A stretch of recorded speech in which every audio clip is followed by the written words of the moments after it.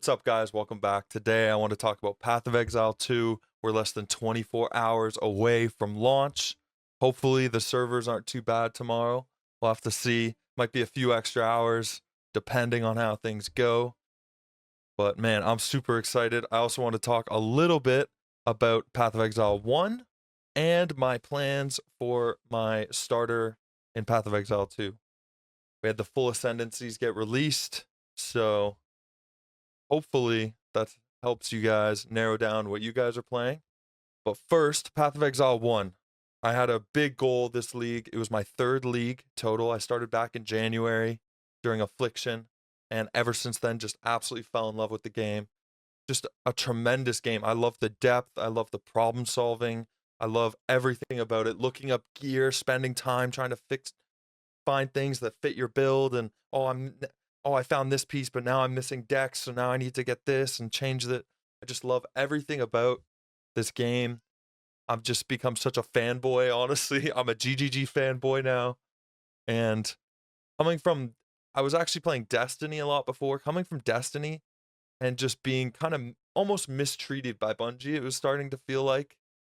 I mean, we were just giving them money year after year for DLCs, and just the seasons were so terrible. And to come to a game like this where the company is so passionate about putting out so much content for their seasons, it was just incredible. So right from January, I've just been obsessed with this game, playing an absolute ton. I don't want to say my hours, it might be a bit embarrassing. But man, absolutely love this game. And my goal for this league, once we found out the boats and once we realized we could get mirror shards, was to get a mirror.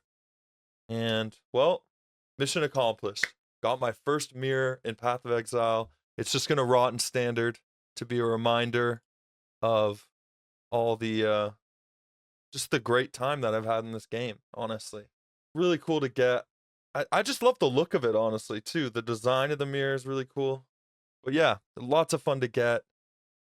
I did about 3 or 4 separate shipments, but some of those shipments I use towards other builds and stuff. So I would say 3 shipments. The mirror shards went towards the mirror. I think I got about 9 mirror shards total. And then the rest I just bought with divines. A lot of the divines I made this league were from recombinating trickster gear that I've been using on my character. I made a bunch of gloves. I think I sold probably 4 to 5 sets of gloves for about 40 to 60 divine each. So that helped fund a lot. And I sold a helmet and a body armor. And then just had some lucky drops and stuff. And yeah, we got our first mirror. Super happy to have that. And yeah, it's a goal I wanted to accomplish. So I was really happy to do that. We also got, 40 out of 40. I did that pretty early in the league. My first time doing 40 out of 40. And I've just been loving this trickster build. I'd say this is definitely the build of the league. You are basically unkillable with this. There is some stuff that will kill you, but I mean, a couple, weird one-off things in T17s. I was actually doing Titanic T17s. So the Titanic gold farm, but in T17s. And I had maybe like 1 or 2 just deaths where I died from something random. I don't even know what it was. I'm assuming it was just like a massive fizz crit. Just an incredible build. I hope you guys got to try it this league.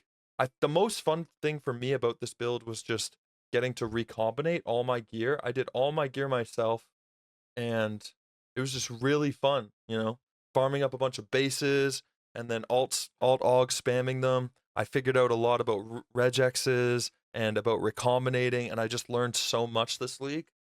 It was just amazing. I love the RTS kind of thing that they got going. I don't think it's something that I want to have permanent because the FOMO is just too much, honestly. So, but with that and with the currency exchange, man, what a league this was. Bravo to GGG. Just an incredible league to play. Now, the Path of Exile 2. Like I said, we're less than 24 hours away. 20 hours, 12 minutes as I'm recording this video. And I'm super excited to play. I can't wait to play. The bosses look amazing. Just everything about it looks amazing, honestly. The graphics, the abilities, looks really good. So I'm excited to jump in. I want to talk a little bit about my league starter, or early access starter. And I'm pretty sure I'm settling with, we're gonna go warrior into Titan. Titan just looks incredible. And I'll definitely be, I think honestly what I might do, I'm not sure what I'll take first ascendancy because there's so many good things. I definitely want to, this one, hulking form, is just insane. I mean, 50% increase to your small passive skills. And a lot of people are going to be stacking small passives to do with that. The only unfortunate part is that before it is actually number 4 here, carry a chest, which adds 20 additional inventory slots. So that doesn't really give you much.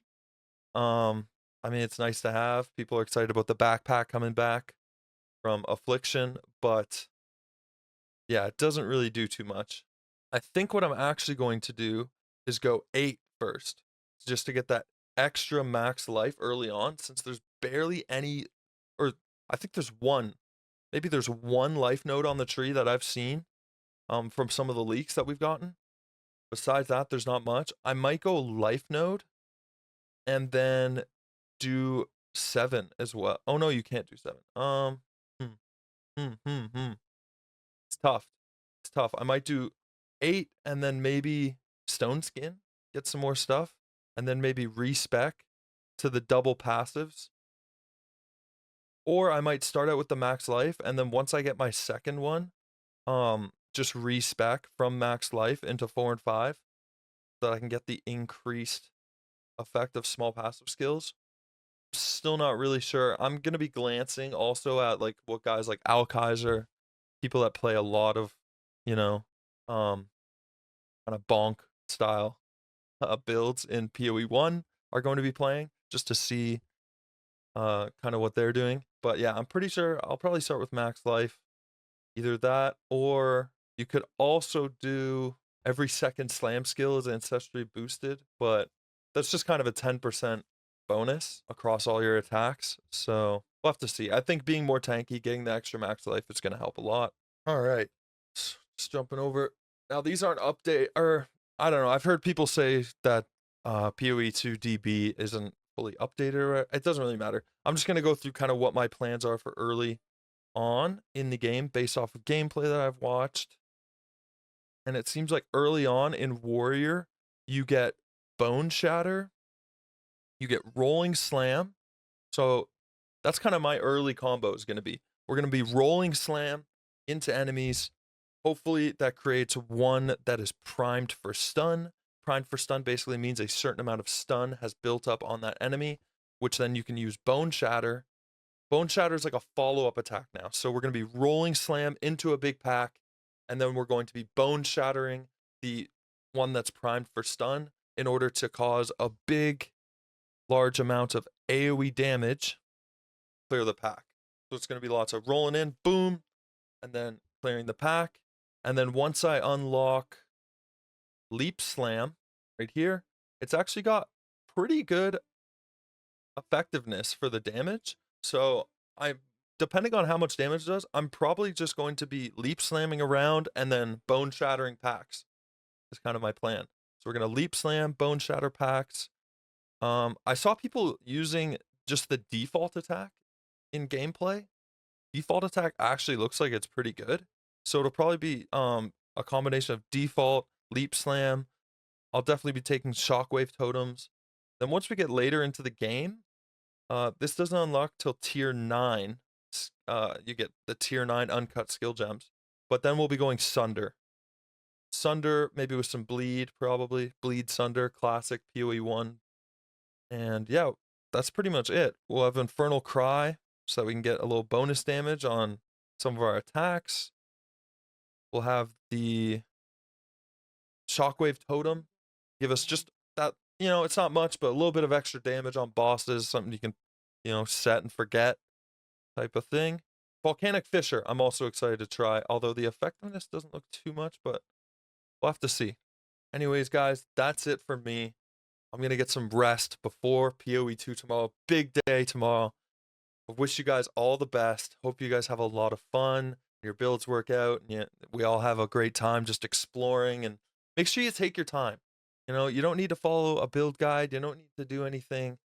Just take your time, explore each area, and have a lot of fun. You know, you only get to be a new player once. You only get to do a first playthrough once, and I want you guys to enjoy it. Be sure to leave a comment down below of what your plan is for early access. If you already have your ascendancy picked out, or you already have your class but you're not sure of an ascendancy, I always love hearing from you guys. The PoE2 hype train is fully chugging ahead.